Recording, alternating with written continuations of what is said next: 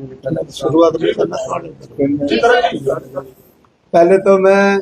Media का धन्यवाद करता हूं, क्योंकि काफ़ी लंबे टाइम से हमारी जो मांग थी, और मैं चाहूँगा हमारे चेयरमैन करण वजीर जी ये पूरा खुलासा आपके सामने रखें, क्योंकि बहुत सफ़र किया ट्रांसपोर्टरों में। और आज जो खुशी का दिन है, जो कल हमारे किराए की वो एक नोटिफिकेशन निकला, मैं चाहूँगा कि करण जी विस्तार में आपको ये जो आने वाली हमारी समस्या है उनका भी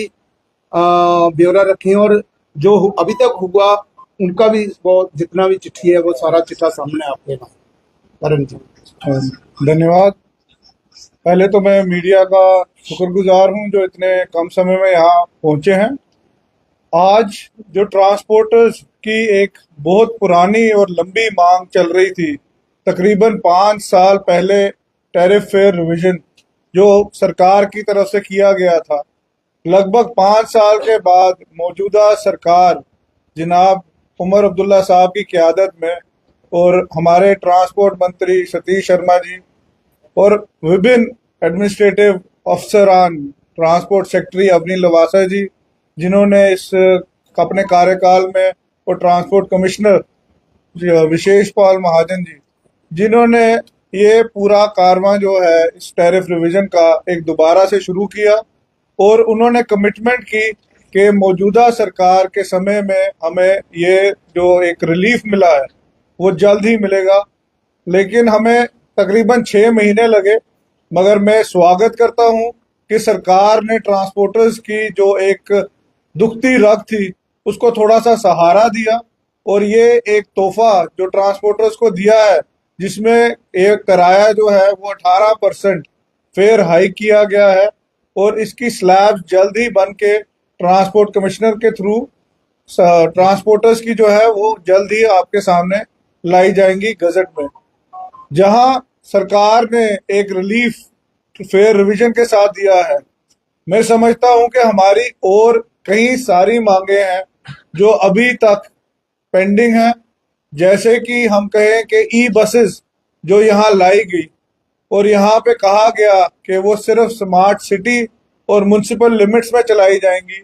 उनका बकायदा एक टेबल चार्ट बना, उसकी टाइम लाइन बनाई गई, मगर अभी तक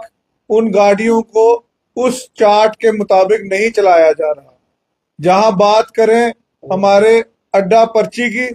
तो वहां वो भी अभी तक एज इट इज सिर्फ कमिश्नर यूएलबी ने ऑर्डर निकाला है, लेकिन उसकी इम्प्लीमेंटेशन कहीं की नहीं जा रही। और आगे हमें सुनने में आया है कि 200 गाड़ियां और लाई जा रही हैं, जो ई बसेस जम्मू और कश्मीर में भी लाई जा रही हैं, जहां कश्मीर के ट्रांसपोर्टर्स ऑलरेडी जूझ रहे हैं। जम्मू के ट्रांसपोर्टर्स जहां मुश्किलातों में फाइनेंशियल बर्डन उनके ऊपर पड़ा हुआ है। मैं समझता हूं कि सरकार को जल्द ही हमारे मुद्दों के ऊपर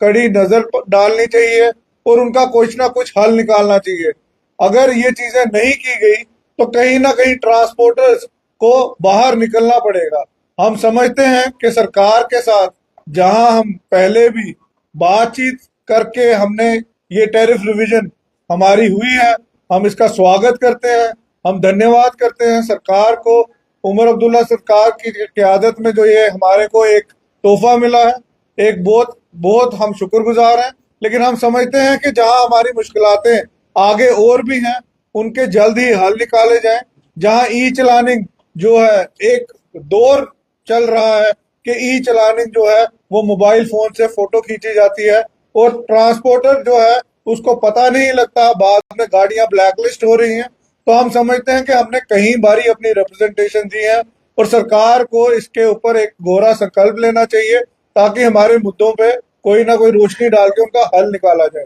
मैं चाहूंगा कि हमारे वर्किंग प्रेसिडेंट भारत भूषण शर्मा जी आपके साथ प्रूफ रखेंगे। पहले तो मीडिया बंधुओं का मैं स्वागत करता हूं,